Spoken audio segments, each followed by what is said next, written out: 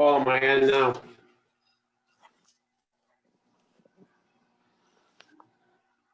Melissa, can you hear me? I can hear you. You're on mute. Just I confirm. got you. You're good. Okay, good. Okay, we're up and running then. Okay. Just a few things. Took my phone off. Paul, I think you're checking people in. How we doing? Clay, sit, Chair. Paul, you're One more Set? coming in. okay. Good.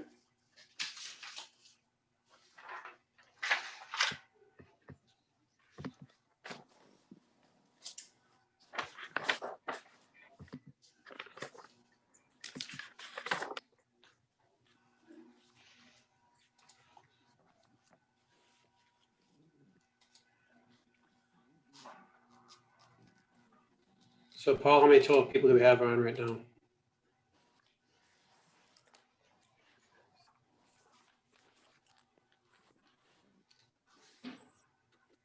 Uh, 14 separate connections. There's a couple of double people in there. You can see Bonnie and Bruce. Okay.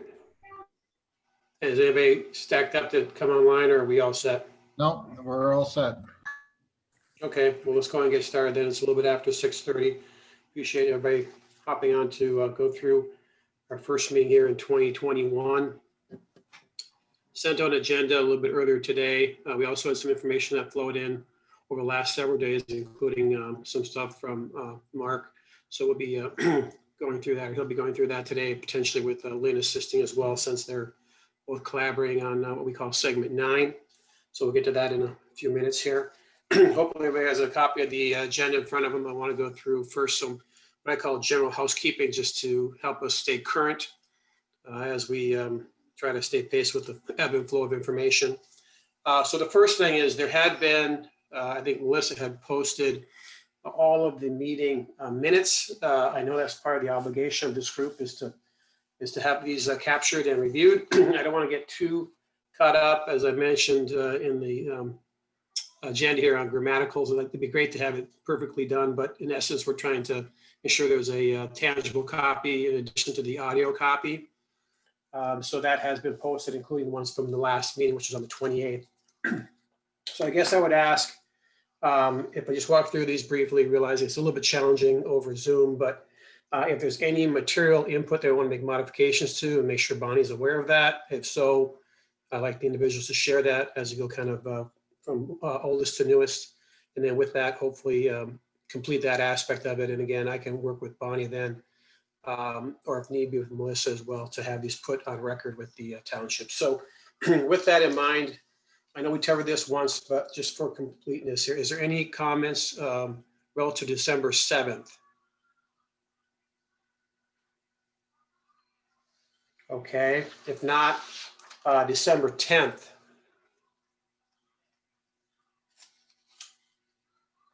Hearing none, December 17th. December 21st. And finally, the last meeting, December 28th. Okay, hearing none, Bonnie, I'll assume these, I guess I'll put the motion up for acceptance of these. Can I hear a second on that? I'll second it. Thank you, Melissa. All in favor? Aye. Aye. Aye. Opposed? Aye. Okay. Okay, did I hear somebody opposed? Or just a delay?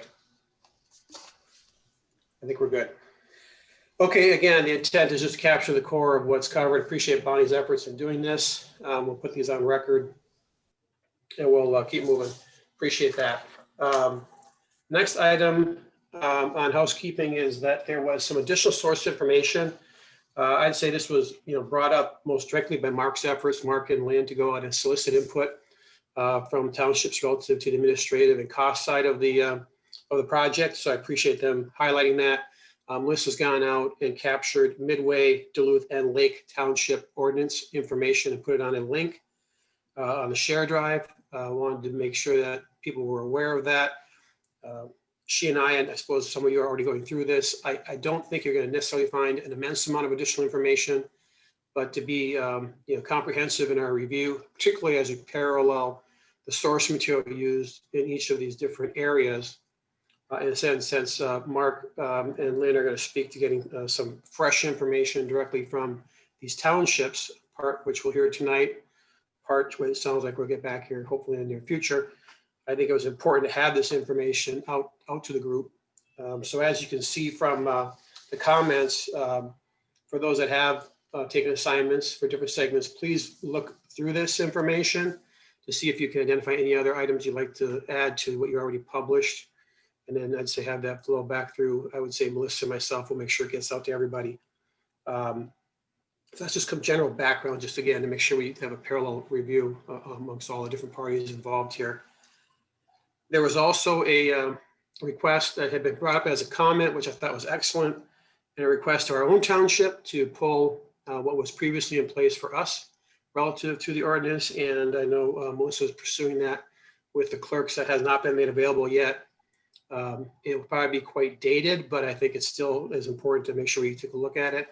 So hopefully we'll have that available as soon as the clerks from the township can pull that information, or we find another means to get that out to the general group here. Greg? So, yes. Yeah, Mark here. Mark. Just a comment about that. I had brought it up previously that I didn't know whether or not the clerks had in their possession that information, and that if they didn't, or if somebody had an interest, I actually had the manual from back in the 80s from the original ordinance. And so this past week, I decided to check in with the clerks, and they looked to see if they had the manual or whatever document that had the ordinance. They were not able, to my knowledge, to find it. So I actually brought that document that I had, the manual. It's a 80+ page document to them this past week. So it is now in their possession. And so I'm not sure what their capabilities are, to copy it and or scan it and that type of a thing. But in any event, it is there, it's available, and how they get it replicated and put on the system, the share drive or whatever, I'm not sure. So it is there, it is available now. So if people are interested in seeing it, just wanted to make you aware of that. Okay, appreciate that. Yeah, I think they referenced in an email that they had something along those lines, but as you're indicating, it wasn't in a digital form from what I could make out of the brief messaging. Did you, just since you had provided it to them, did you take any effort to look through and reference the sections that relate to the subject matter that we're dealing with versus the general issues, or had you taken a look at that from that perspective, Mark? No, I did not. I did not go into the detail on it. Okay. Well, what will probably happen is, and Melissa's unmuting, maybe it's something we've got to take a look at and then actually copy or scan again. That if it's not digital, it's going to be hard to make reference to it, but at least we know you provide to them. We can in turn can grab that to take a look at. So, Melissa, do you think that's something that you're going to chase down, or maybe if we have Clay and Deb on, is that something that clerks, of course, they won't necessarily know what they're looking for, or maybe it's best for us to look at it directly ourselves? Yeah, I mean, I can grab it and look at it. I mean, just to see how in depth, like the gravel pit and the cup, section was or is for them in the 80s. So I can probably grab it from them and borrow it, or they can make me copies, and then I'll see if I can scan it. So. Okay. Yeah, I guess Mark, is interesting. You've got the master source information. But I appreciate you sharing that. At least we know where it came from, which is helpful too.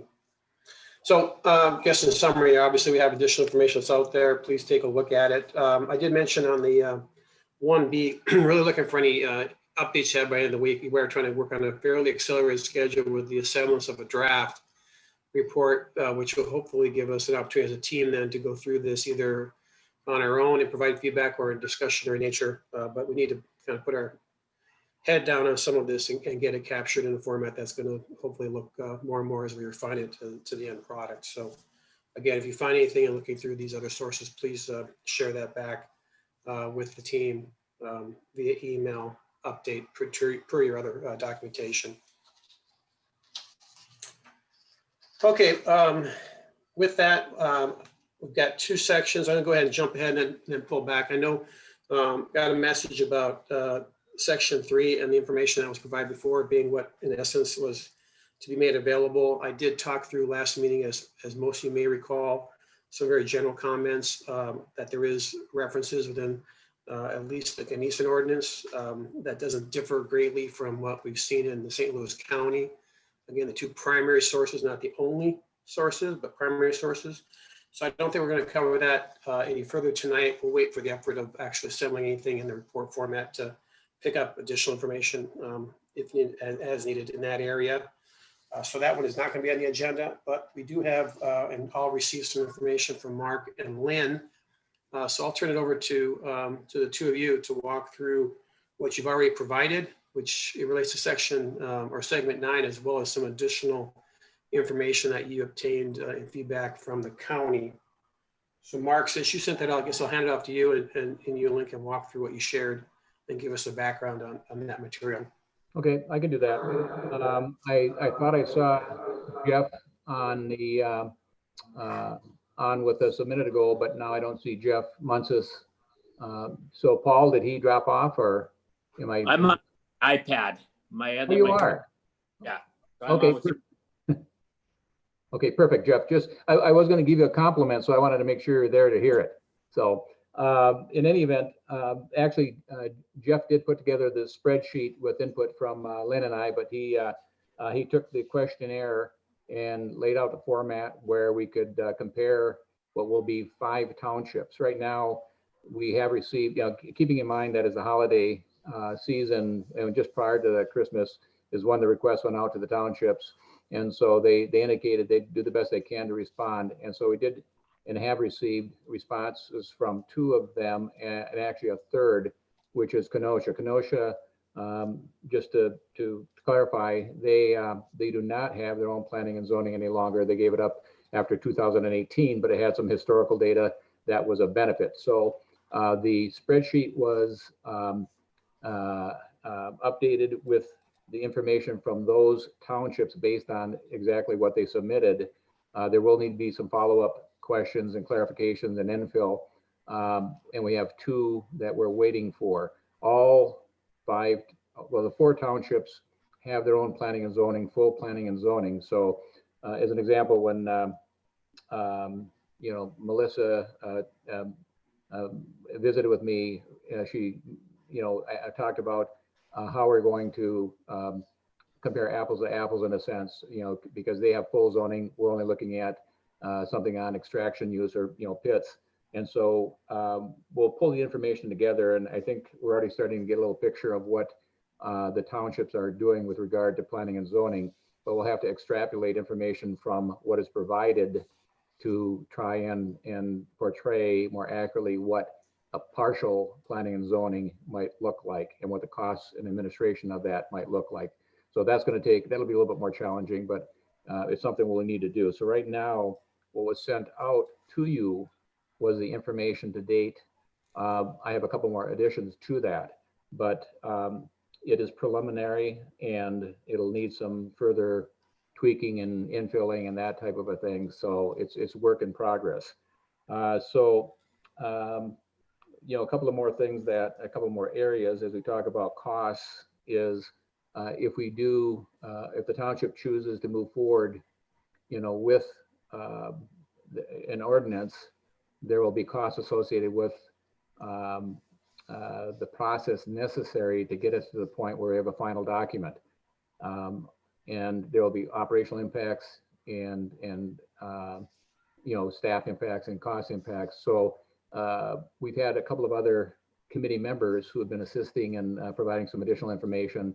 As an example, Clay is working with an engineering firm on some road issues, and he was kind enough to ask for them to provide us some preliminary information on what contract services would be to do gravel pit inspections. What it would, what kind of costs would be associated with setting up the system with the checklist that they've done with other communities.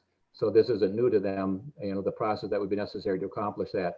We've also obtained some information on what the legal services might be required to establish and write up the ordinance. So we'll have some additional information of some of the upfront costs to factor into the total financial package as well as administration impact. So that, I'm giving you, again, you've had hopefully some of you took a look at the preliminary spreadsheet and have a little bit of a feel for how things are operating with the other townships. But our intent is to try and do a summary and break it down so it's more applicable to what we might experience here in Friedenberg Township. But again, it's work in progress.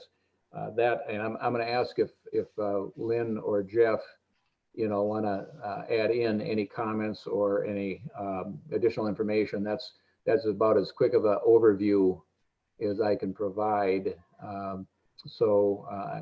Jeff or Lynn, do you have anything else you'd like to add into the information?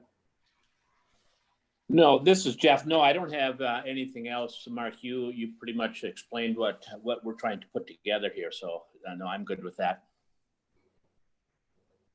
Okay. Lynn, anything? I guess not. So I don't know. Unless If you guys want, I have the letter that Clay just got from Matt Wolf. It's the proposal for taking out the township tonight or tomorrow. I can put that on the share drive so people can look at it and just see the cost. That might just be nice just for transparency. Would that be good, Mark? Yeah, that's absolutely fine. Yep. Okay.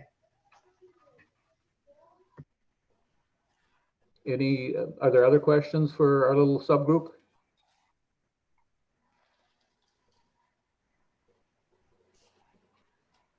Greg, I guess we got a quiet group. Must be the new year. Yeah, can you hear me, Mark? I can.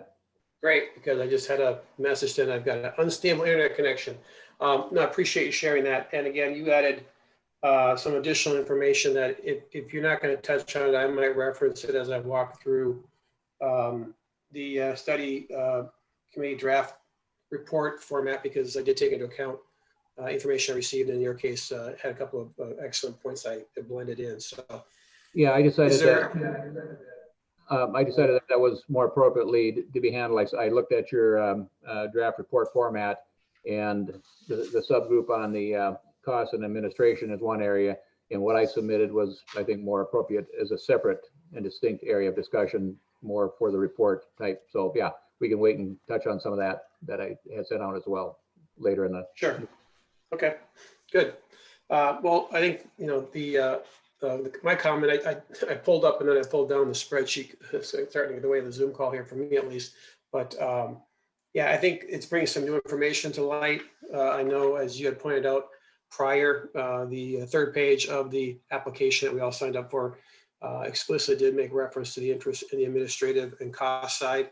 And that probably is going to be an important component. I think there's a few really key components that are likely going to be brought together as we find the information down to report, and that's going to be one of them. So appreciate the effort that all three of you are doing, Jeff, Lynn, and Mark, running that to ground. And that may be an example, if that matures up, that we might want to interject or insert another meeting. And we had kind of taken about a 10-day, I think, about a little over a week's break, so to speak, in order to get some of the stuff down on paper for people to review. But that might be one update that we'd be worthy of putting another call up to cover. So let's kind of stay close to that, keep us aware of your progress, and we'll look to hear from you as that comes together. Will do. Okay, well, let's go ahead and proceed on. The third item on the agenda. I mentioned a couple different times putting out a draft format. So I wanted to walk through what I shared. Hopefully everybody had a chance to look at it already. And just make sure that we get input. And if you aren't able to share today, which I would just soon interject comments, feel free to do that here shortly after, the next day or so. But again, this is going to be the guardrails we try to use to pull this together. It's the concepts that have been kind of generated to capture information, hopefully in a logical format, but the devil's in the details. We will need to capture information, and everybody will be the beneficiary of seeing that in draft form and have a chance to provide specific feedback. So this is more to make sure we have the right framing of what we're looking to do, somewhat chronological, obviously starting with a introduction, ending with a recommendation, so it should make sense.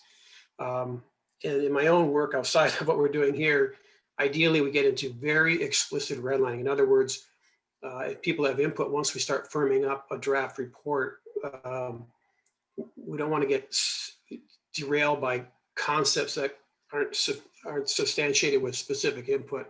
But hopefully people can, as they find things that might need to be embellished, added, modified, can provide that really explicit input so that ultimately we're all a party to the authoring of this report. So let me kind of walk through this, providing a little bit of time, or as much time as we need to discuss it. Because again, we don't want to head off in a direction and find out good ideas or alternate ideas haven't been taken into account. So I'll take the first pass through, just saying, you can see there's a few sections that have been called out. Introduction, an ordinance comparison, some more specifics around the CUP application and the process. The thing that we're just touching base on, which is administrative costs. And then something relative to the historical summary of some of the reference work that's been done relative to let us to this point. And then a recommendation to wrap it up. So right there is kind of the larger groupings of what I see to be where I think the information may fall together, come together. And then to the extent we have other sections, again, I'd be happy to add those. I'm going to cover this a little bit mechanically. I don't like to read from presentations or sheets of paper, but on Zoom, we're a little bit challenged here. And first of all, I just want to check, am I coming through? Yes. Okay, good. So let me just cover each one and stop and ask for input. So in the introduction, you've heard me reference the application we've all signed. I'm trying to stick to that scope as best we can. There's been quite a bit of activity that's peripheral to what we're doing. A lot prior, we anticipate work after our effort. So again, trying to stay focused on specifically what we were asked. And there is a reference to sufficient to protect. And I think that's an important thing that we need to define a little bit in how we introduce this. We're trying to do both. We're trying to have an understanding of whether the current ordinance and associated process are sufficient. So we'll have to speak to that briefly. And then what is it to be protected? And there's categories associated with that. So introductions don't carry a lot of weight, but I think it's important that we step into the rest of the document with an emphasis placed on what we have been asked to do and what we intend to reflect within the document itself. Seeing is believing, so clearly an actual write-up would be important, which will be forthcoming. But is there any other key ideas that people want to share that they believe we need to cover right up front before we step into the material within the body of the document?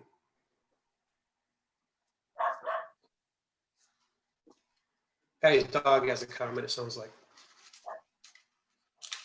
Okay, that one was probably an easy one. I'll continue down.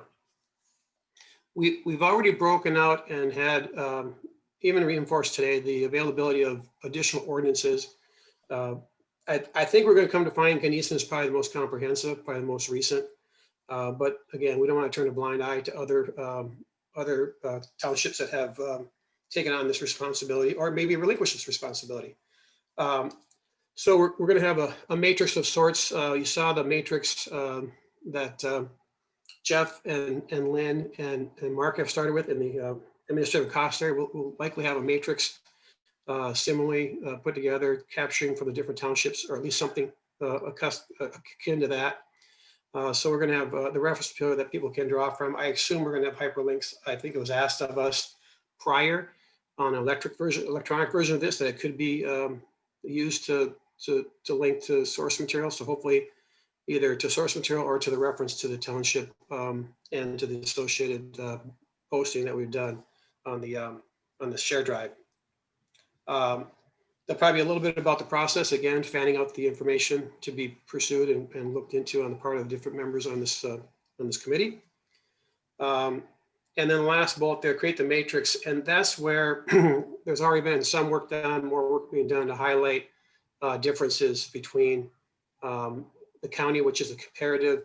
And then, as we know, and we've learned from other parties, all township ordinance related materials have to be abide by the county and can be more stringent, it can't be less stringent. So there'll be examples pulled out.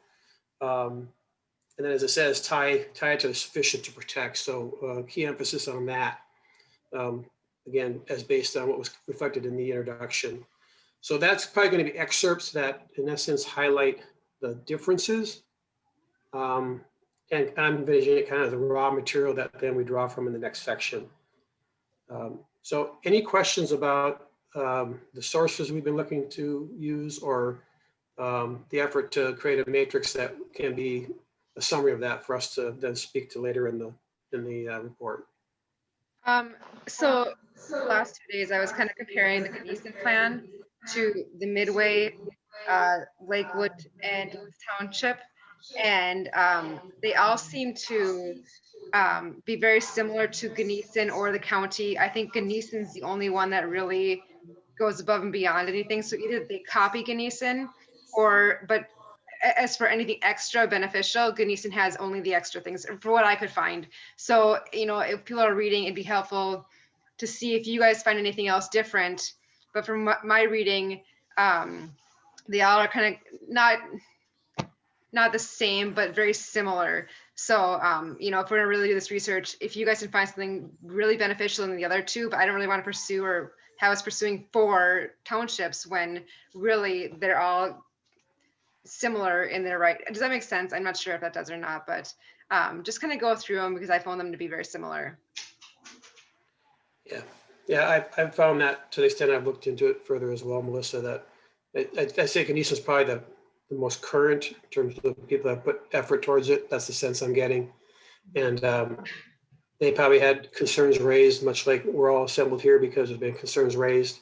And so they've taken the step of identifying certain aspects that are likely we will find do relate back to additional protective issues, or more explicit explanation of how pit operations should be run, which could get comfort to both parties, both the operator to know what is asked of them and required of them, as well as the people that are in the surrounding area. So yeah, I don't think there's gonna be a lot there. That's why I don't want to sidetrack people looking at the sources that we posted, but I also believe it's important to parallel the same county mix that Mark, Lynn, and Jeff are drawing from, so that we run parallel through this. But it's a good point. I don't think we're going to find much beyond that's different or more unique in terms of new considerations or more current considerations than Gneeson. So that's just the core caption information. Nothing really new there, but I think it's important to have that, and we'll draw from it later, which is really the next group. But before I go on, is there anything else on the ordinance comparison? Any other comments or questions? Okay, well, again, it's not radically new, so I didn't expect a whole lot. So let's step into the next area, the CUP application review process. So, this information, these items that are numerically reflected, they are in the ordinances. So this is a little bit redundant.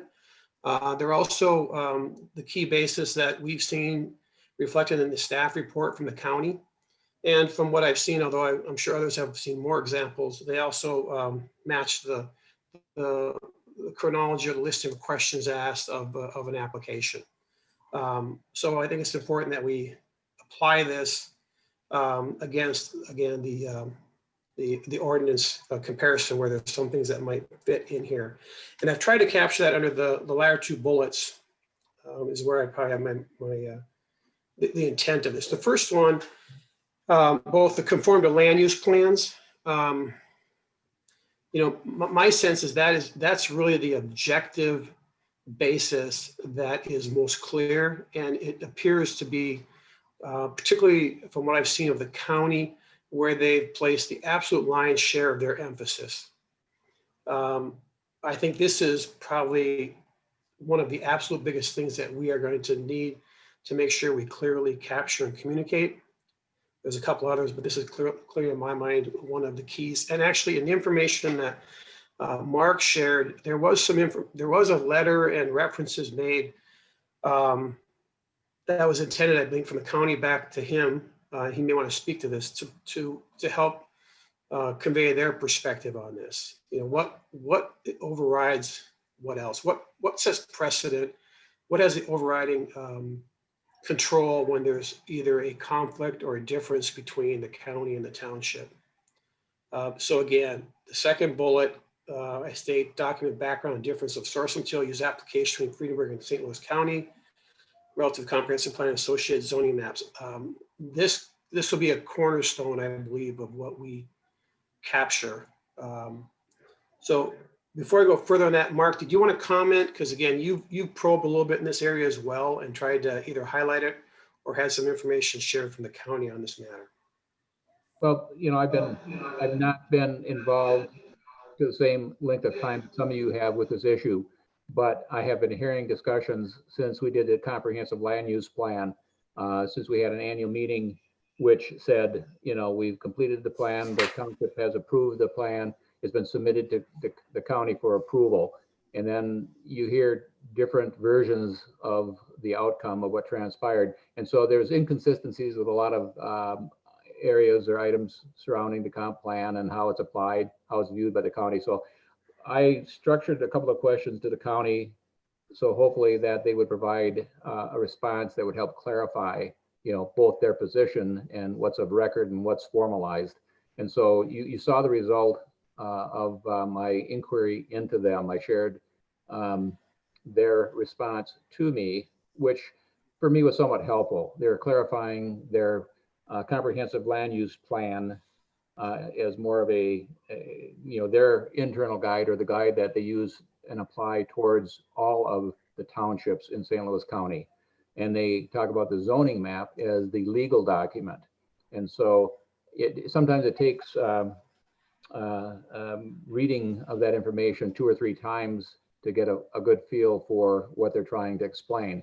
And it's not you know, the first read, I had to go back myself a couple of times, and I've been involved with some of these things for a long period of time. So it was helpful to me to understand where they were coming from. And I know that there's been a lot of other communications back and forth between the township and individuals and the county. And so this was just my personal approach to saying, I'd like to get some of this stuff clarified once and for all. And so between the letter from the township in 2018 to them and the letter that they provided, it was helpful to me to add some clarity to it.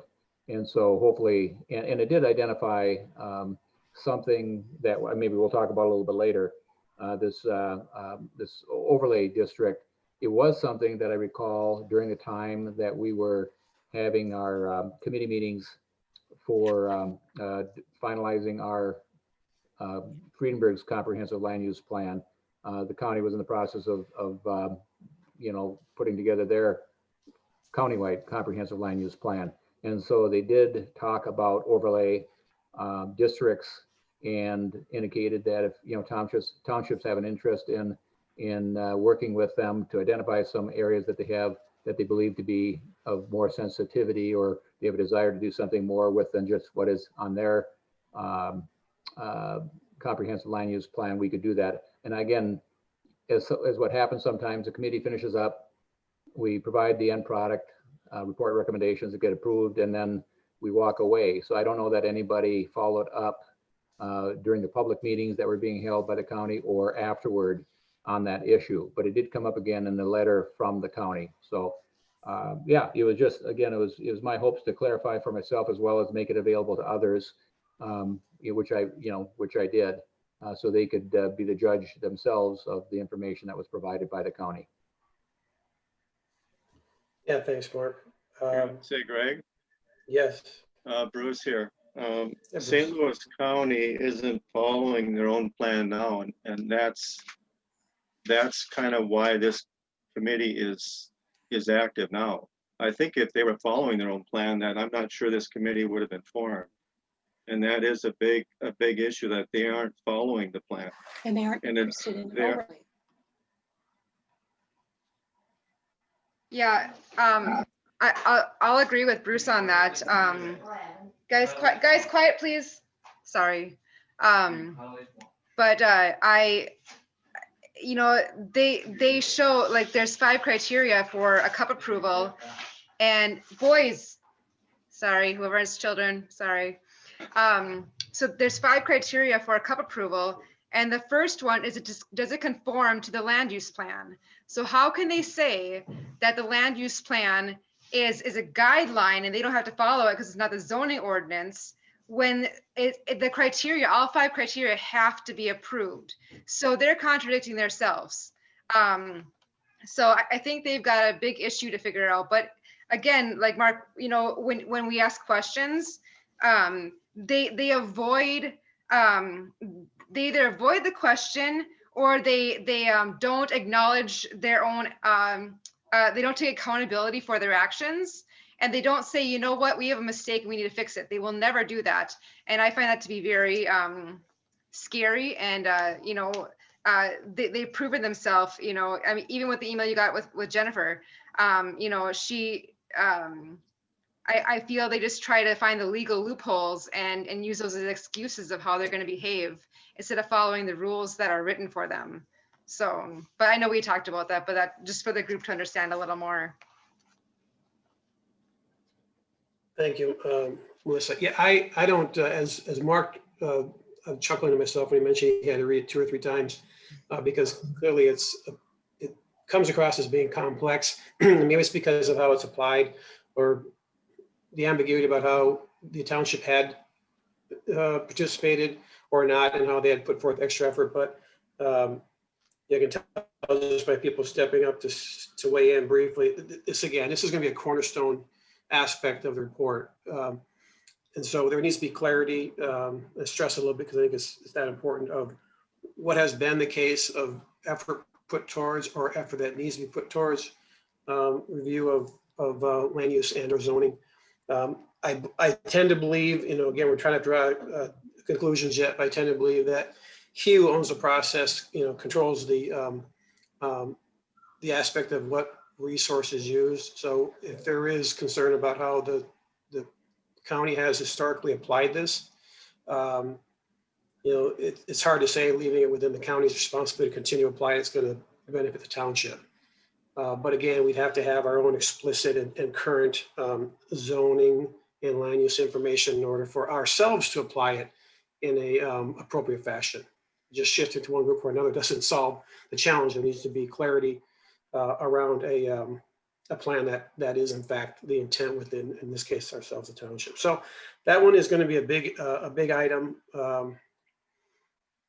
And it seems to stand somewhat on its own in terms of having a lot of merit and relevance. You can see under the next bullet, the 3rd bullet, I actually lumped 2 through 5 together. And I do, in this case, make reference to material considerations. And then I reference the ordinance comparison. So where the ordinance comparison might be more comprehensive in my mind, to just call out, there's a good number of differences that we want to make people aware of in light of the effort put to capture that. There may only be a small portion of those that would be material in my mind. And those, I think we do need to call out as they relate to 1 through 5 or 1 through 4 that are explicitly mentioning things like compatibility with existing neighborhoods and the like. Those areas are pretty subjective.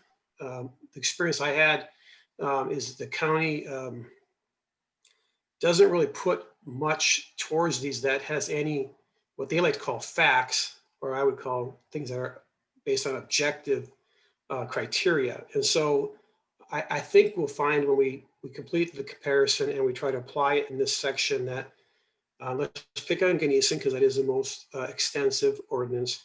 There'll be a number of things that aren't intended to block pits. That's not the intent, but it is the intent to have a more objective way of considering things like compatibility with neighborhoods. So I believe we will find the ability to tie some of these together and hopefully then showcase where there may be value and what that value might be for a more detailed ordinance than what we're seeing through the county, as well as how that could be applied with people that have a more local interest and have more skin in the game. It's within their own township versus the broad brush that the county would look at this.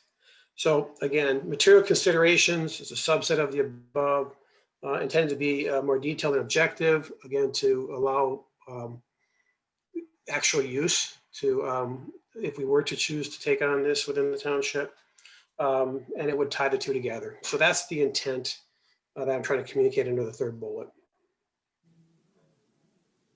Comments or questions on that or anything else in this section? May I ask a question, please? Hey, Deb, sure. Hi, I have a question about, so do you think that that would be a good place? I believe that part of our task, correct me if I'm wrong, was that we were supposed to maybe identify some places where it would be appropriate to have borrow pits in the township. Would we be addressing that under that section, do you think? Or have you, had you thought about that? I might have missed a little bit, Deb. You said, would it be appropriate to put what in the section? Come again? To, like look for appropriate places where borrow pits could be located in the township. I was not envisioning that as part of the scope Okay. myself. Okay. I do think if you back up and include the land use, that may very well, and I know there's mapping that we've seen some, you've produced some. That might be a graphical representation of where, based on how things are zoned, they may not be allowed. And then if you think of the other considerations or the ordinance issues that have setback, numerical values that are, again, objective, not subjective, that might help people discern where something like that would be allowed. But somebody can correct me on this, but when an application goes in, the whole idea of a conditional use is that it may in fact infringe on some of the standards, some of the basis of the ordinance, and that's the function of the review, whether it be county or township, is to look to what extent there still might be a receptiveness to issues. So Greg, Mhm.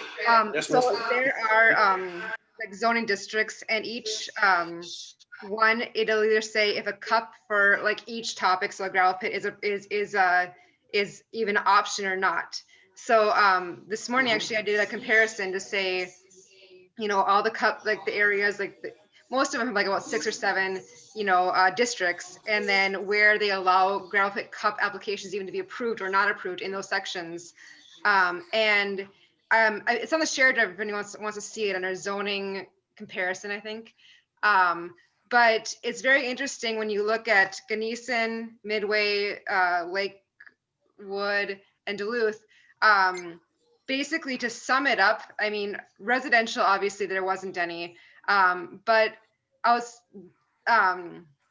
everywhere else, like the townships, the shoreland, to make it the most simple, the shoreland was not an area where cups could be in the townships. And the shoreland is, from the DNR standard, it's 1,000 feet from a lake and 300 feet from a river.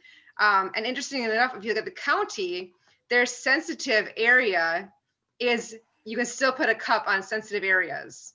So I think that is very objective.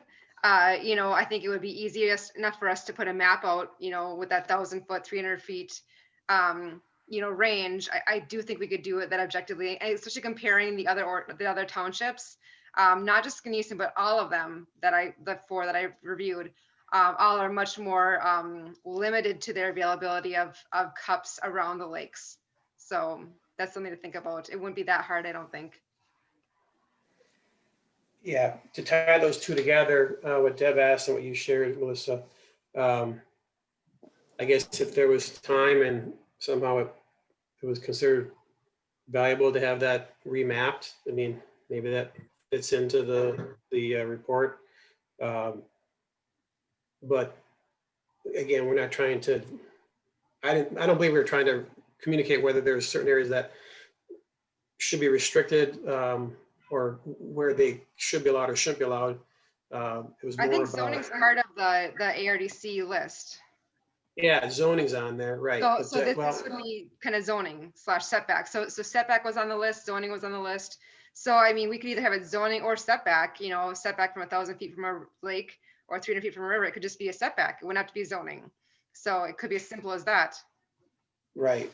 Yeah, I think that's going to come into it because there's examples as you're stating.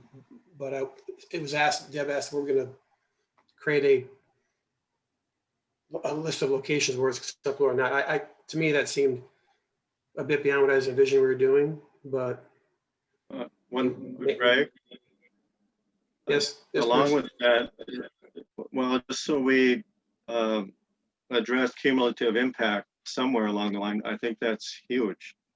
I don't know.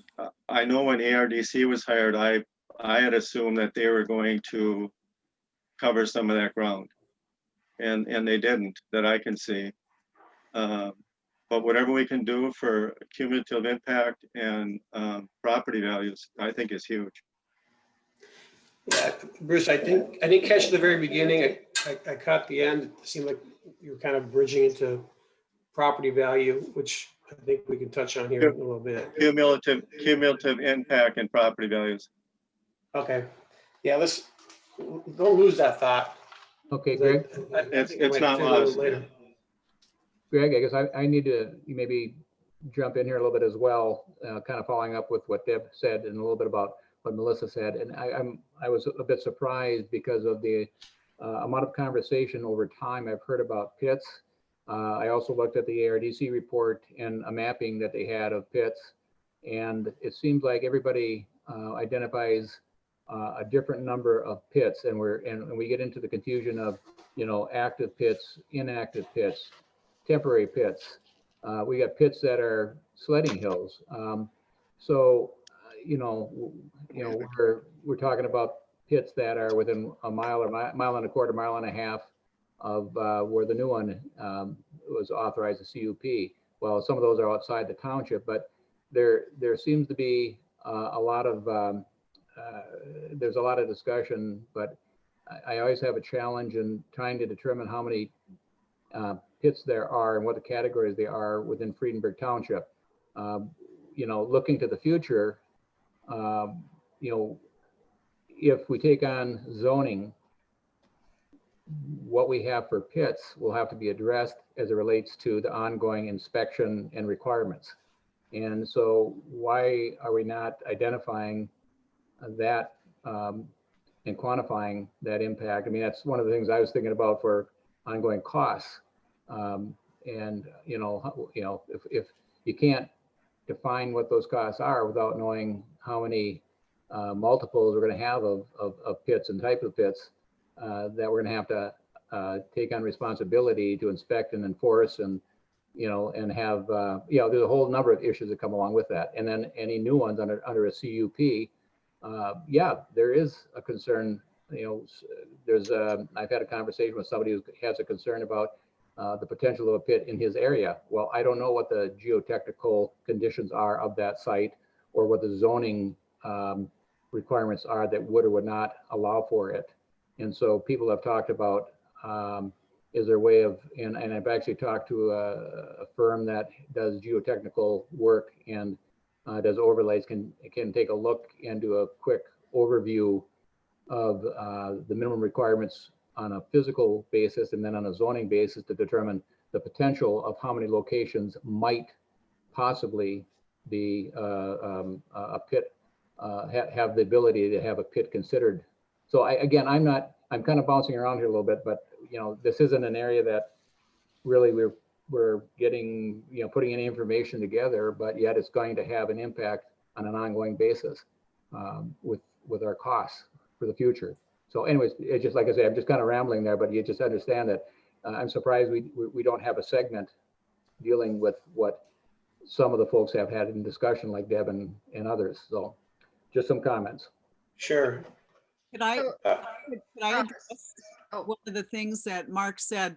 I did a data request to the county and I asked them for a list of all gravel pits in Friedenberg Township, and they listed 11. That was before they approved the new one, but they gave me a list of 11 according to the county.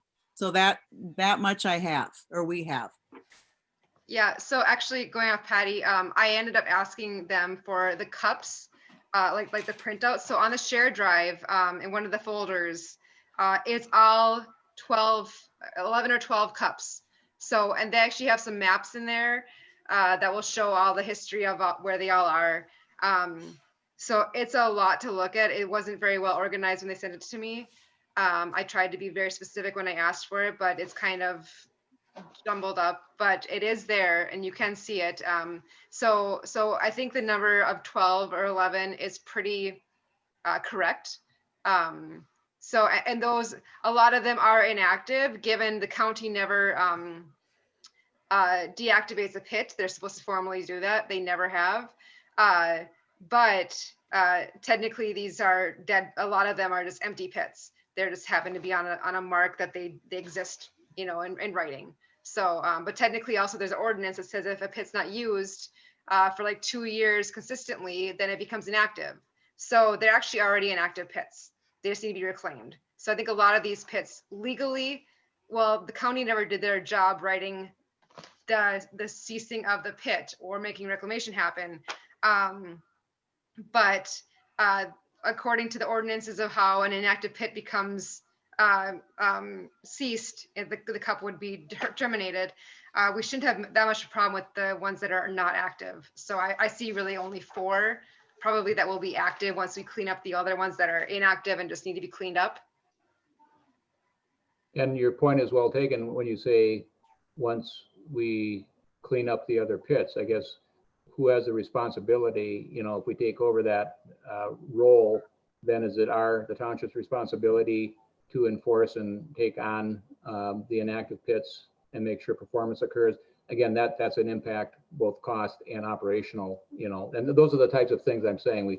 At this point in time, we really haven't quantified the impact of some areas such as that. Not that it's going to stop our process, but you know, it's out there. So you just have to keep that in mind and decide whether or not there's anything that we can do with it. So.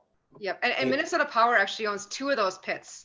One on East Cook and one on 8th Avenue at Down Bear.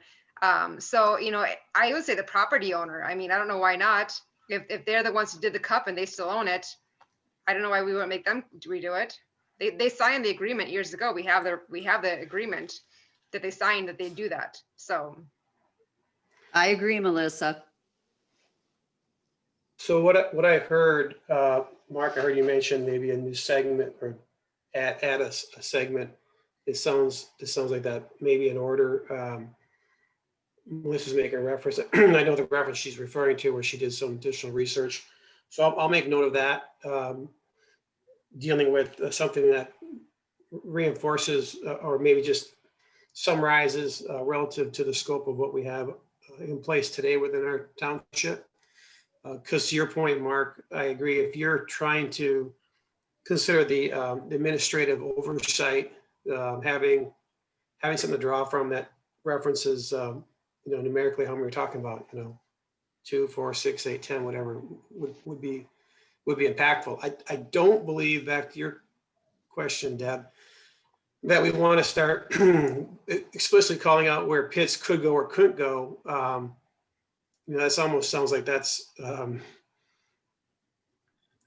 think that's beyond the scope. However, if we tie and state where there are references to existing ordinances, maybe beyond what's reflective in the county, maybe it's Kenetian, that has additional aspects to their ordinance that more clearly communicate for all parties what the setback is or other objective metrics that over time, if we're applied, people could do that analysis, then at least we're capturing and referencing or repurposing that information. So yes, add a new segment, Mark, to your point, makes sense. Sounds like we already have the information as Melissa referenced. There again, there's going to need to be some real close thought given to this zoning aspect and land use. But unless somebody has a strong interest personally, I at this point, I guess, I don't see us applying, going through the extra effort of taking on the application of those to the entire township and then identifying areas where additional pits could be placed. I think it's going to be encountered as people consider new pits and apply it against whatever ordinances in place, whether it be county or township or otherwise.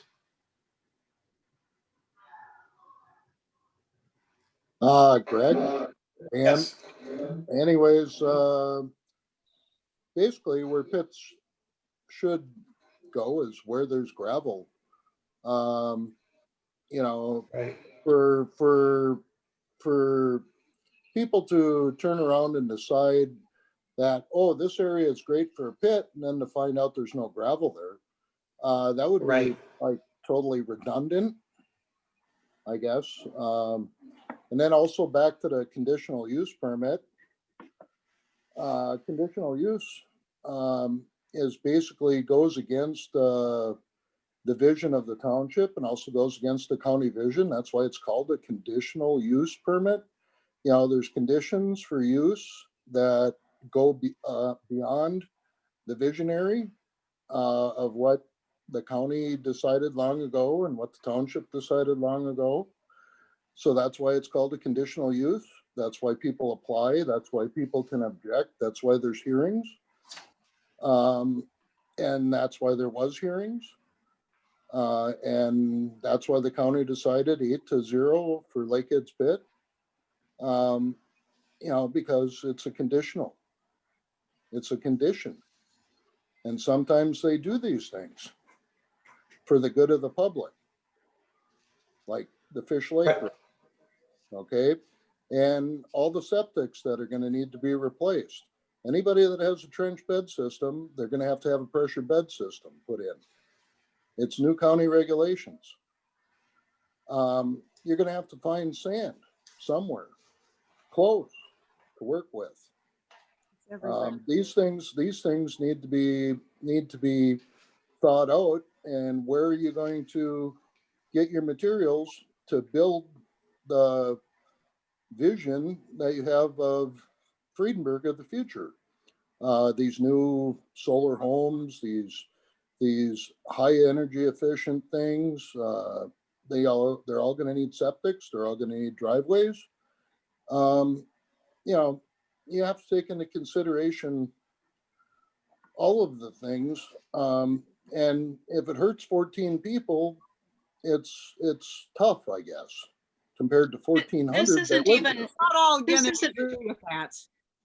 this isn't within the scope of this committee anyway, this discussion. Well, thank you, Bonnie. Let me touch on a couple of things that Dan mentioned. One is, the conditional use is, you know, by definition, to my understanding, where things are granted and some restrictions are placed. The people that place those restrictions are those that control the process, and currently it's under the control of the county. There are things that I've seen, I expect our matrix is going to represent, where there's additional protections put in place for the residents. That doesn't mean a cup wouldn't be issued, but there are, again, things that might relate to noise, dust, environmental and so on that are a little more explicit and probably lean towards favoring or protecting the resident by placing a additional obligation on the pit owner. Could be obstructive view of the pit, could be a number of things. And so I expect we're going to bring some of those forward. You know, the process was not to eliminate issuing cups. Otherwise, that could have been acted on with the last of the 3 recommendations from the ARDC. So, yeah, I believe similarly, Dan, that these are issued with conditions. What we're experiencing, I don't like to reference the 64 too frequently because it's not the scope of the group, but it's something that's, you know, right in front of us. You know, there's very few restrictions that are placed on that. It's pretty much been through the county, very few limitations. I think there's asphalt, there's a couple of limitations, but you're right, Dan, a cup could be issued for good reason. there could be additional restrictions or conditions placed on it. You know, there could have even been a cup issued for a 2-year period that was associated with infrastructure-related needs versus an open-ended cup that is indefinitely offered to a party. So I'm with you on that.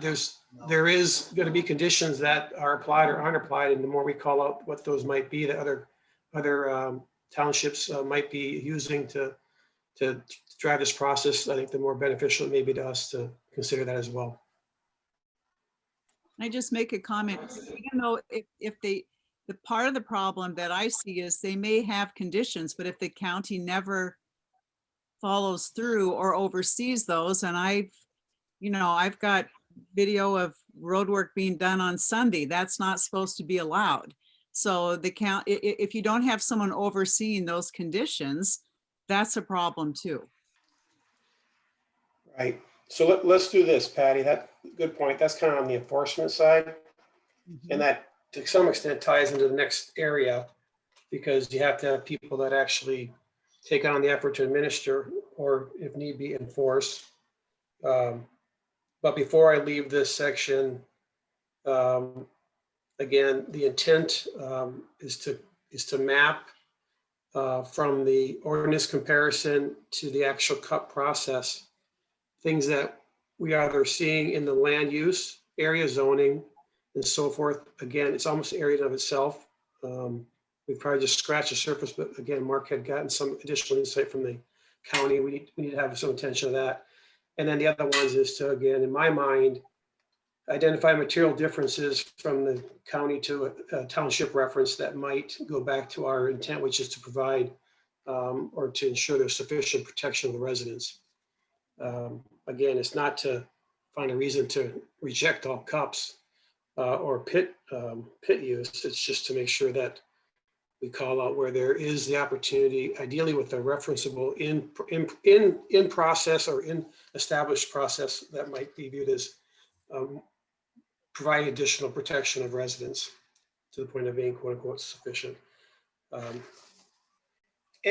Anything else? Otherwise I don't want to shut that down, but I would like to segue into the administrative cost side.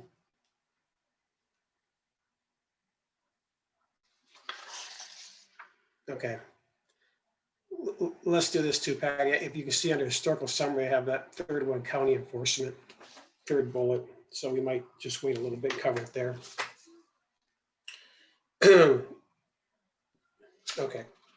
Administrative and costs, again, Mark, Lynn, Jeff, you guys are working on this.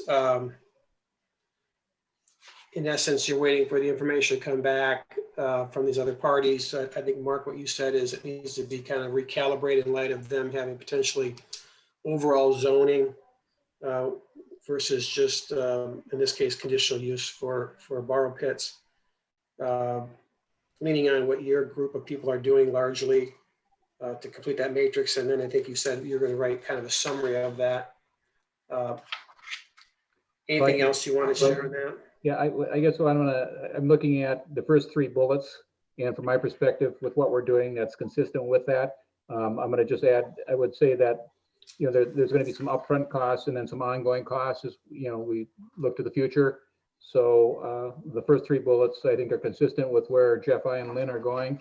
I needed a little bit more discussion briefly on the 4th bullet, which relates to property values. That wasn't something, you're talking about external impact or resources, financial considerations. And so I know that others have, I think there's information out there. I think I saw something somewhere.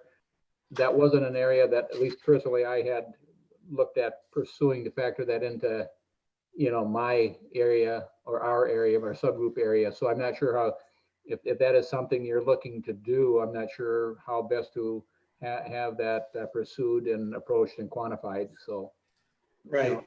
Yeah. No, I agree. That's kind of added beyond what I interpreted from what the 3 of you were doing. So that's a fair statement. So if the first 3 bullets, as reflected, are really within the scope of what you're rounding out, first with the matrix, then with extract the information, calibrating it as you might see appropriate to kind of roll up into a summary, then that's what I'm envisioning as well. Okay, So it's kind of on your shoulders. And again, I'd encourage you, if the information comes flowing through, go ahead and send out an updated matrix to people just so they have it. It's interesting. I see Gneeson hasn't responded yet. And again, we kind of go back to them as a neighboring township that has probably, as of recent, done more in this area than others. So maybe it's the most current and maybe it's the best example to draw from. So we're on the same page there. yeah, I'll be checking in with them probably tomorrow to see where they're at, and I'll follow up with those. Plus, you know, you're talking about resource or reference material as well. I guess I do have a couple more pieces that I'll get on to, you know, provide to Melissa so she can post those. So as it comes in, I'll try and be more timely and you know, bringing, you know, getting it into the system. So like the one that we just received this afternoon, you know, obviously, you know, that just came in this afternoon, so we just hadn't had a chance to get it forwarded on. So, all right.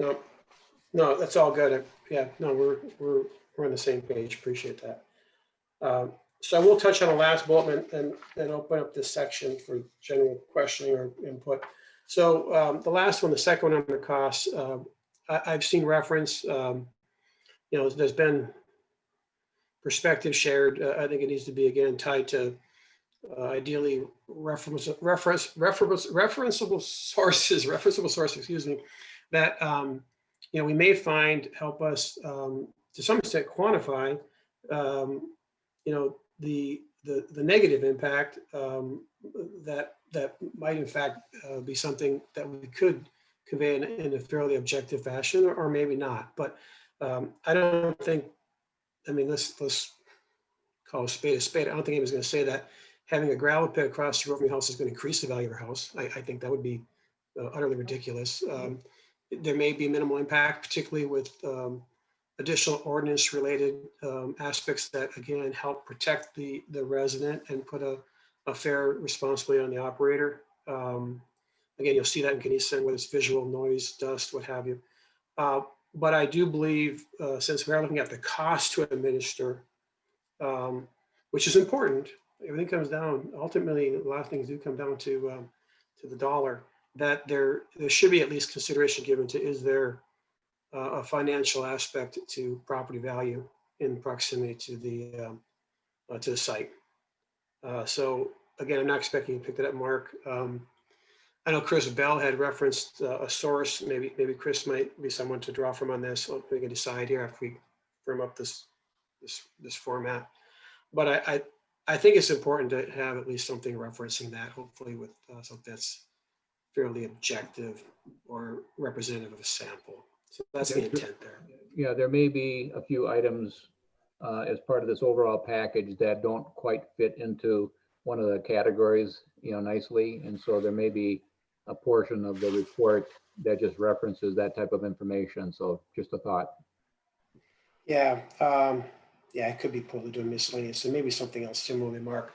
I could certainly want, if you're doing with Lynn and Jeff, you know, a roll up of the information within a category. I don't want to, you know, hand strap you with some odd duck thrown in there. So we can look to see what that ends up looking like, and maybe have it as a separate reference if we find something sufficient or material enough to include in the report. I will say that I think that property tax is important because, or property value is important because then it flows into property taxes, and Friedenberg gets a lot of money from property taxes. So I don't know if you could objectively put a number to it, but that there is an impact to that. That again, there's not going to be a way to put a number to it, but I think it could negatively impact the financial side of the township through this. So it would affect individuals and the township's budget. There is a potential for that, I think. Yeah. Yeah, I think there's something there, whether it stifles future development or whether it lowers the net value, therefore the tax base. there's a thing of quality of life and what people perceive as quality of life, but there's real hard and fast. Your home is your castle. It's the American dream to own your own home. So I think we need to give a little bit of thought, and we'll see what we can. If anybody has any ideas on that, let me know. Again, Chris Bell did supply at least one reference. And there is public information about the value of properties as based on taxation, even though we probably all realize that's not what they're worth. They're worth a lot more, particularly in today's environment, real estate flying off the shelves as it is. So I just don't want to overlook it as something we consider within the report. Well, Greg, Where we find- can I make a comment? Sure. Can you hear me now? I can hear you. We used to live in Geneson, and obviously I've said this before, and we lived right by Veely's, which is, half a block from our house, maybe not more than that. And Okay. my property taxes certainly didn't go down ever. They went up every year. So I don't get it. I mean, that's what I'm saying. It's like, I'm sure the impact of my property values weren't impacted by Veely, which is a very active pit. So just saying, just throwing that out there. Okay. Appreciate sharing that, Lynn. Well, maybe it's more when you try and sell your property. Nobody wants to live close to I have a neighbor that sold her property this summer because of that. So there are things happening because of it.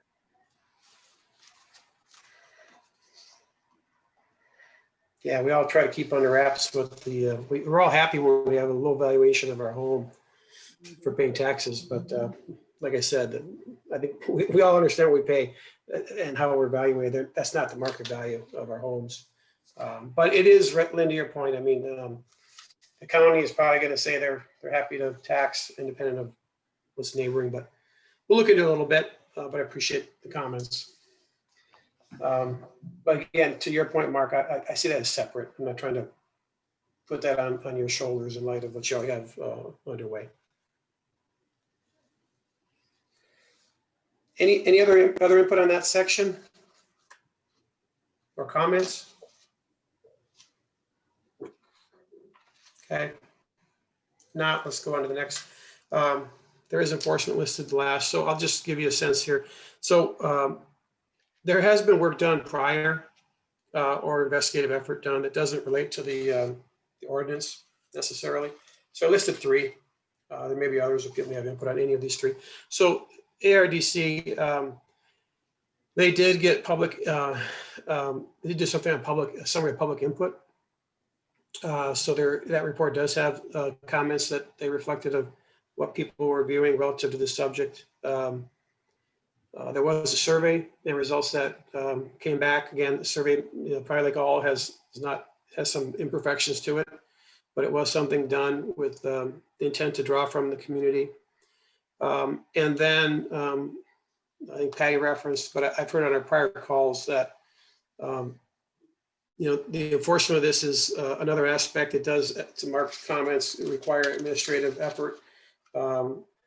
But if we are trying to look after and ensure the sufficient protection of the residents, then we need to make sure that granted cups, somebody should be ensuring that granted cups follow by the basis on what they were granted. So lack of effort in that area on the part of whoever has responsibility does not benefit the residents. So in any case, I'm not sure how heavily we'll hit on this, but I do think we should reference anything that relates to pertinent recent history of information about either input from the public or anything that might lean us to communicate, the level of comfort with the current process. And that would probably fit under that category of county enforcement.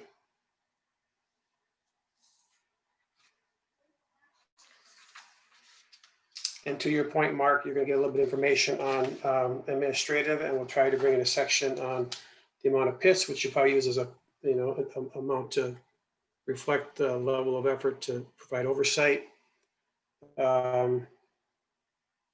So hopefully these can tie together a little bit.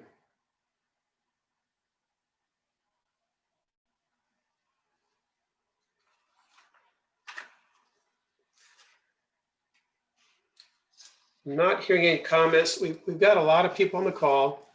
which is great. You know, I think maybe a third of the people have spoken up, which, you know, I appreciate their input. Before I move on to the last part, it says study committee discussion. I think this is a tough one, but before we get into that, Mark suggests another section. There's, if we had something that's blatantly missing categorically, I'd like to hear from the group. This is just a straw man, open to input.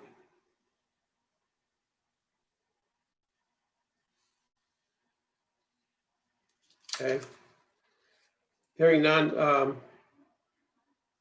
Again, what the intent would be is to put this into a report format, you know, tables, charts, text, and it to be comprehensible, fairly inclusive of what, again, I'm trying to have us continue to come back to as our scope. And everybody's gonna have a chance to review it and provide detailed input. We don't want somebody to come back and resurrect some, you know, large category of oversight, not because it would be a merit. If it is, that's great, but just because all of a sudden they bring something in late in the game. I want to keep us focusing more and more on getting to the end of this. So not having any other input, let's talk a little bit about recommendations. So, you know, this is kind of where the rubber hits the road. We know, and for good reason, we have a cross section of people assembled, you know, that are either more bullish or less so relative to this subject in general, or maybe in specific cases. So, you know, it's not we're not all on one political party here, so to speak. So I listed three things. You know, first, the need to first assemble the body report. So I'm not trying to draw any decisions today. I'm not. So I really do want the rest of it to come together and be representative of what we think is a pretty good package of information for the audience, which, as Mark had called out, his correspondence isn't strictly the township. There will be other people that will, you know, because it'll be released publicly, have interest. So again, we want to make sure we assemble the information before, you know, trying to make a decision. We're not trying to put a solution in front of that. The second bullet, there's nothing super magical, although I do appreciate Mark taking a swing at it. But, you know, there's two examples as of very recent. One was the ARDC study. They gave three options, and you know, you can refer to that. You know, so they left that open, I believe, to the board. And then, as Mark, Mark put together, you know, some considerations, kind of, I think, partly because they have some merit within each one of those, depending on your position, but also it was interesting to read how he considered we might put recommendations together. But again, there was three there. So there's two different examples that just show how we might end up ourselves believing there's more than one way to move forward. That would be helpful. Again, back to our initial purpose, which is to try to understand whether, and if not, we should take steps to further protect the citizens within the residents within the township. And then the last thing, I went and again quoted back. It says to file a report with its findings and recommendations to town board. The sufficient time kind of drives the pace at which we're trying to move this. And so the town board to consider and act on these recommendations. Now, I read that as recommendations being plural. That doesn't mean we necessarily can make a single recommendation, as was the case with the ADRC. But again, I think to the extent that we can converge on a refined and limited set of recommendations, I think that would be beneficial. But I want to open up the group of what they thought, because this could be a tough part of the group activity. So I wanted to have a chance for people to air their perspective before we get that far down the road. So open up the group.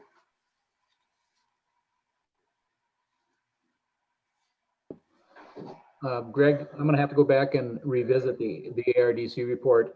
I guess I hadn't realized that in that report that they had talked about, you know, several options as well. So when I put mine together, it was done independently without recalling or having read through the details of that. So I'll revisit that so I can get a feel for what they were thinking versus what I was thinking. So Sure, Mark. Yeah, you were a little more creative. They said, don't do anything, let the county have it. Or just don't let anybody have them, or put up an ordinance. I mean, it was a little more black and white. I think yours were a little more insightful in light of your knowledge and maybe what you had gathered. But again, they're both good references just to reflect on. So yeah, take a look at it and you'll see what you see there. Okay.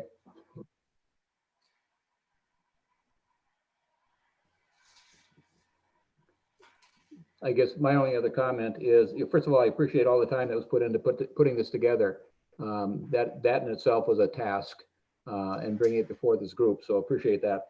I think a little bit about what the task is for Jeff, I, and Lynn, and bringing our information together and our somewhat dependence upon the townships. And, in here, and I've seen this before, I saw it in the application about, it says, sufficient time for the town board to consider and act on the recommendations.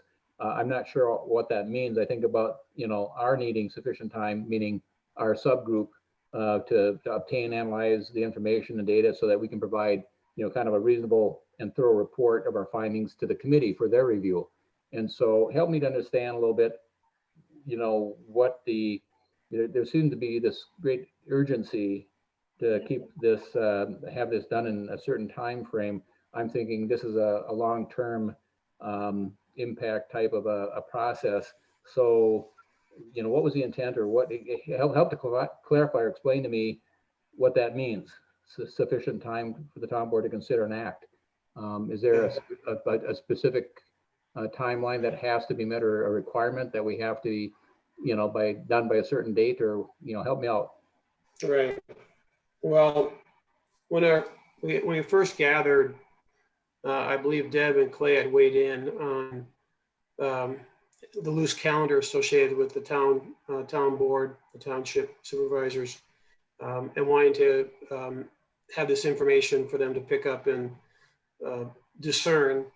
And I think it was the middle of March, I think. Somebody could correct me on that. But they meet. The annual meeting. The annual meeting is the middle of March. That's correct.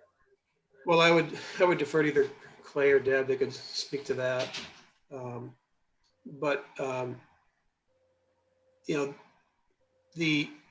don't think we're going to find. Well, let me go back to your question. So in my mind, we want to drive this at a pace. Again, you're looking for a new external input that's dependent on people, participating from outside this group, basically originating new resource information or referenceable information. So I applaud you for that.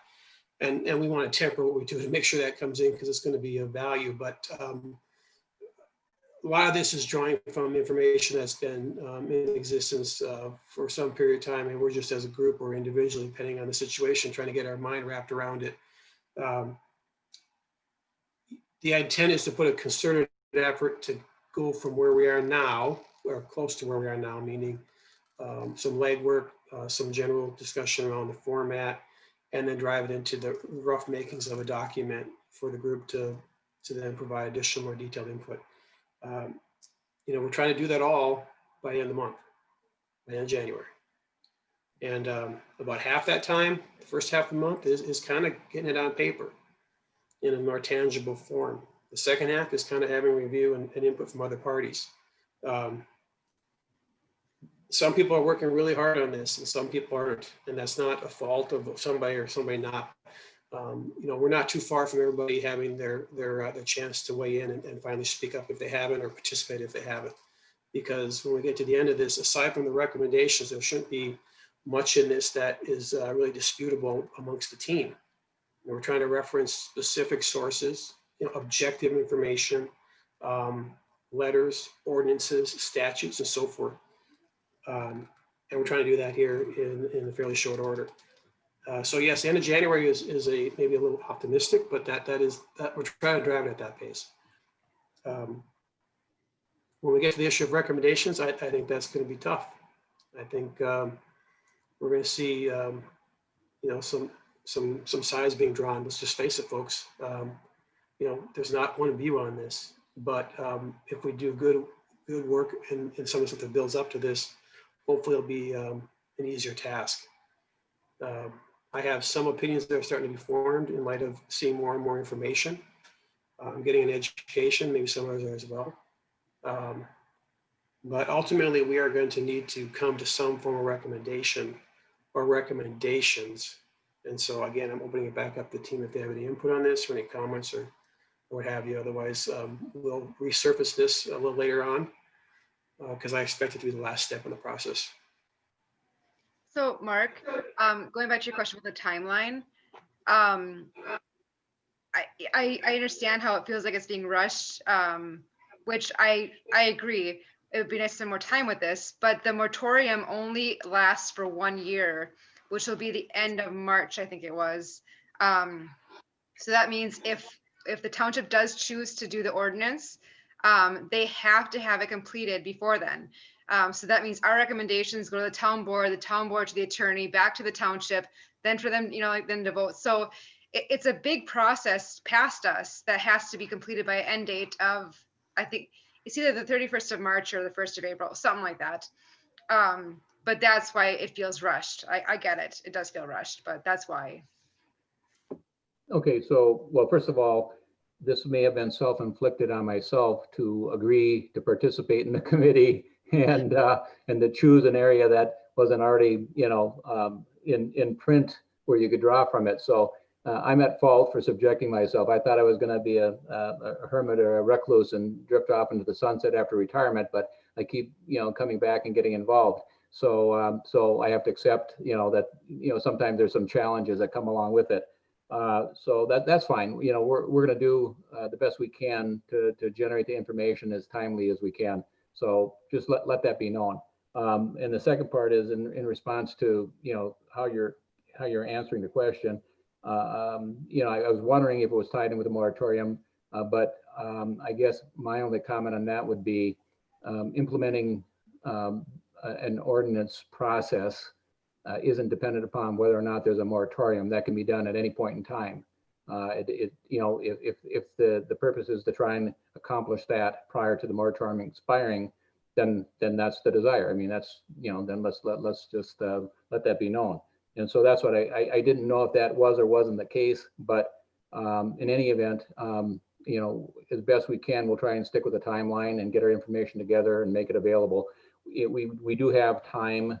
We may be, our little subgroup may be running a little bit behind the rest of the group, but if the other two townships come through here in the next week or two, I think we were going to be in an okay, position to provide the information, subject to a little bit of tweaking. It may be coming down to the wire towards the end and getting the final product in our area, but we'll do what we can. All right. Yeah, no, I greatly appreciate that, Mark, and I hear where you're coming from.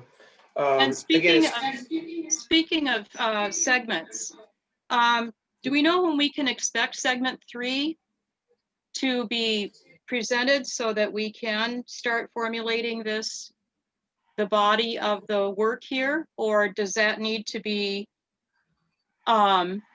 taken on by someone else? Hey, Bonnie. Yeah, I got a message. I got a message on that the information I was supplied before is what in essence is going to be shared at this point. I had walked through, you might recall last call, some comments that, just share some general comments, having looked at the aspect of reclamation. And, what I noticed is that the issues around reclamation between the county and the Ganesen example, and as Alyssa said, we have other examples we're going to look at that may not be any more detailed, isn't largely different.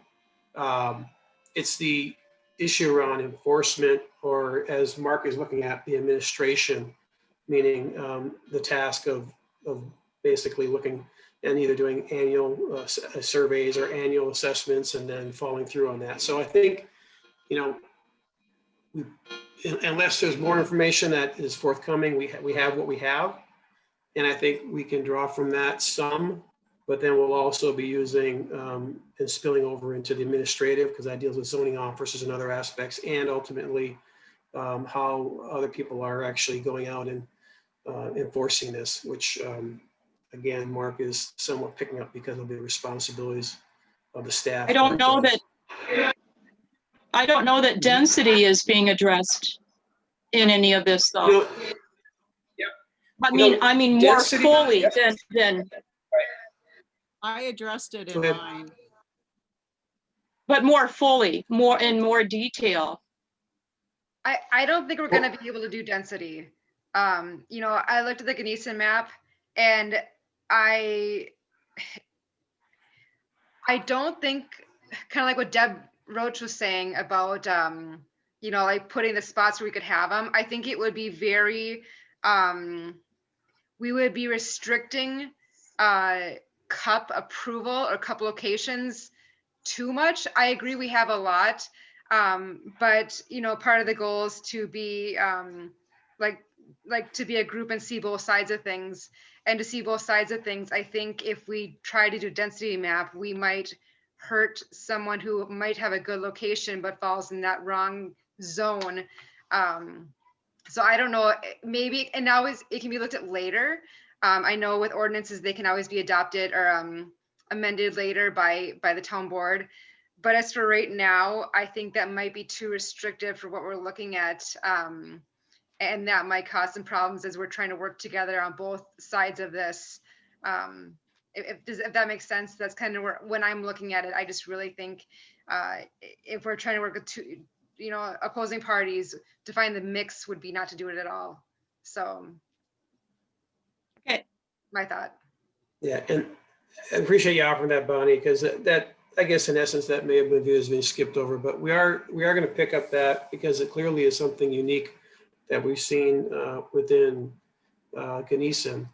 But to the point that Melissa just made, and actually others made, you know, we have this interesting 1/3, 2/3 water, cutting up a checkerboard within a township like ours on the surface doesn't really seem to make sense. It does seem to be overly restrictive, as Dan just shared a little bit earlier to Debbie's question. You know, the only value of pursuing a cup is where there's gravel, not just because it falls in a zone of reason, but because there's actually product there. So that is probably a concept where I think we're going to be ruling out versus trying to carry forward, but it will get captured. And so there'll be a chance to see when you review more of a drafted version of this.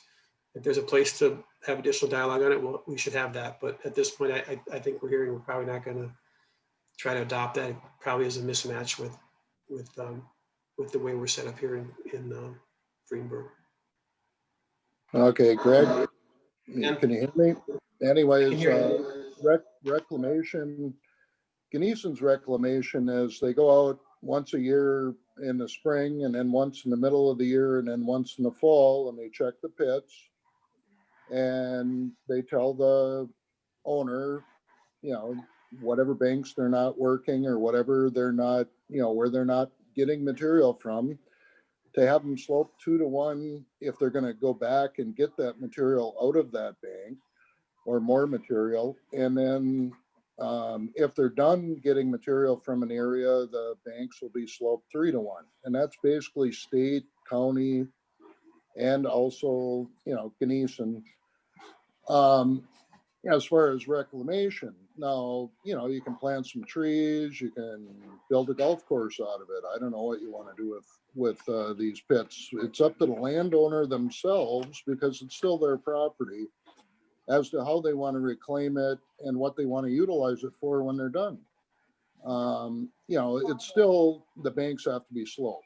Okay, that's the basic on reclamation. Densities, like you say, you got to go where there's gravel. And sometimes it's oppositional like we see here. But you got to go where there's gravel. You're not going to go right out in the middle of a swamp and dig a big hole and go, wow, we can't find any gravel here. Let's go somewhere else. You're going to have to find a hill and you're going to have to find a place that's above the water. And so you stay out of the water and you got to be able to divert water so that it doesn't go into swamps, doesn't go into lakes, doesn't go into streams. You got to have dust control. You got to have a whole bunch of things. And, you know, it's a big picture And that's where Geneson's one thing that they have is where somebody goes out once in the spring, once in the middle of the year, and once in the fall. Now, we don't get that from the county. I don't think we get that from the county at all. I think that's pretty much left up to MSHA and OSHA when they come out and check on the guys. MSHA is for mining, OSHA is for the guys themselves that work these pits, to make sure that, you know, those standards are kept for safety of the workers and safety of somebody that might just get off a trail somewhere and fall over an edge. Okay. There should be fences up. There should be no trespassing signs. There should be danger signs. There should be a lot of things around these pits. You know, but, you know, basic reclamation is, you know, 2 to 1 if you're still working, 3 to 1 if you're done. And, you know, MP&L's pits, there's one on Bear Island Road up on 8th Avenue. I reclaimed that 20 years ago. I don't know if they opened it again. But then there was another one on Northwest Island Lake Road. That's real bony material. Not really good for anything unless you're going to put 2 feet of it in. You know, it's not that great. Those pits can be reclaimed, and they probably will be in time whenever MP&L feels that their usage of those pits are done. You know, Lake Ed's pits, when they feel that their usage is done, when they're not digging in their banks anymore, they'll most likely reclaim. And, you know, I had an opportunity. I drove in and I talked to Greg Kaneski and saw the pit behind the shop.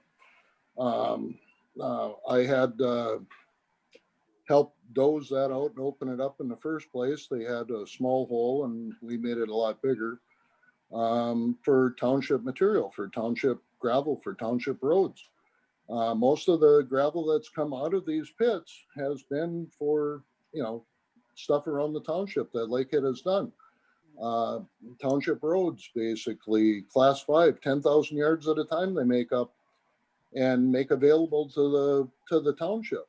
If we assess any fee for reclamation, how much of that fee is going to be dispersed over to the township? Because a lot of this gravel that comes out of these pits is for township use. And how much more is it going to cost the township to assign a fee for reclamation is, you know, something we're kind of working on. I don't know, anybody else have any more input on this? You know, this, you know, gravel pits are ugly. They're not exactly the greatest thing in the world for most people, but you know, they're a necessity. And, you know, we have to look at it as we go along here with this, whether to make an ordinance or whether not to make an ordinance. Are these laws already in place already? And should we have talked to the county earlier about these problems, and maybe they could have taken care of them without an ordinance, without the RDC coming in, without any of this, without all these things happening and getting this far down the road to where we're sitting around going, why? You know, when the county could have basically taken care of this in the first place. I don't know. Hey, Dan. Well, Dan, just to get back to your point about the county, I agree. Reading the ordinance, it seems so clear what they should be doing. And from the very beginning, we've been asking them to comply to their ordinance. And we ask them the question and they don't follow up. They change the verbiage to fit their needs that doesn't help us. Or they just don't even acknowledge responsibility for themselves. But they always say, oh, we're gonna get back to you. We're gonna look into these violations. We're gonna whatever. And they never do. So we really have done an extensive job trying that, just so you're aware, because I agree with you. Reading the ordinance, it's not that bad. I mean, I think it could be better, but it's really not that bad if they just did what they were supposed to do. So I totally agree with you. And Dan, I just want to, I appreciate you sharing, Dan, in your comments too, Melissa. If there's one thing I've tried to do is to be fairly consistent with focusing on what we signed up for there is obviously, and you're making reference to it, Dan, others have in other ways, a much broader conversation, things that have taken place in advance of this group, things that will take place after this group completes this effort. And sure, there may have been a different way to approach it, or maybe attempts that weren't successful. You know, township to county, county to township.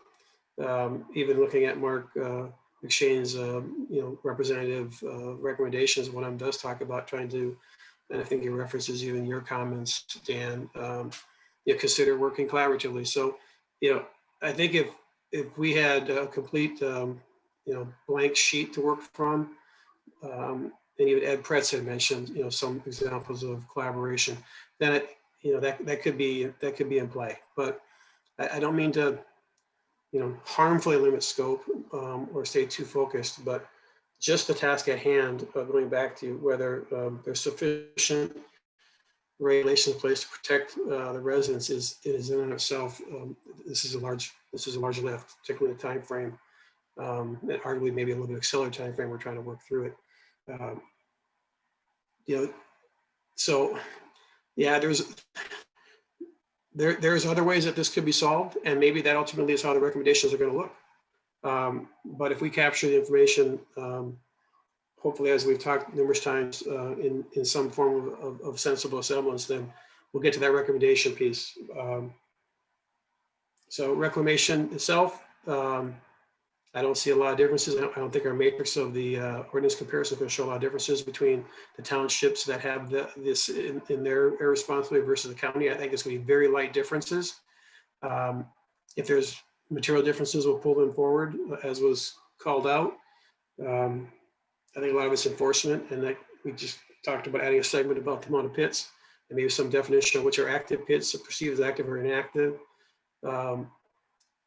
Let's face it, no matter where this goes, I'll end on this and then open up for any final comment on the part. No matter where this goes, somebody's going to have to do something about following what is intended to be the ordinance, whether it's the township's ordinance that's newly created, whether it's the county ordinance. You know, I think it's broad awareness that there is a need for this to be looked at more closely, and that doesn't push one recommendation over another. But I don't think people are going to sit back idly after this level of activity and not hold whoever takes this responsibility on accountable to follow through on it. There's been an unbelievable awareness brought about by this discussion and others, and you know, they're intended to be reclamation. If that's at the point of maturity, then I don't care who's responsible for it. Oversight, then that should be done. It's part and parcel of either party, or any example, any model that I've seen. It says there's reclamation that's intended once the pit is exhausted. And by golly, why aren't we doing it? We're living in one of the most highly sought after areas that I know within the region, with lakes, with school district, with, you know, with the beauty, with the appreciation of property value and home value and all the other things. Why would these things not be reclaimed if in fact they have exhausted their useful life? If somebody entered into this business, they should be held accountable for the full life cycle of that business. And hopefully for them itself, it's profitable as well to reclaim and then repurpose that land. So I think the reclamation is a problem in terms of standards or ordinance. I think it's just the application of it. But, you know, maybe more on that when we get to the end of it. But I appreciate you sharing, Dan. And your comments or questions, Brian. We're past the normal hour. There's a lot of work to do here. I guess I'll open up for open forum for anything else we didn't cover or people believe should be covered. Otherwise, we'll try to work with what we have here and pull together some additional information for the group. Any other comments? Any other input? Yes, Greg. After your description of Friedenberg, I want you to be the new marketing director. There you go.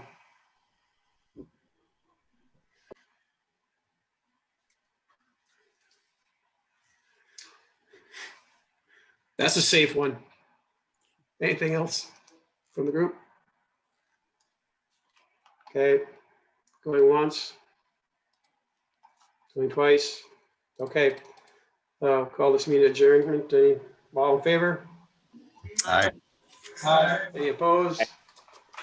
Okay, thanks everybody. Have a good rest of the week. Thanks, everybody.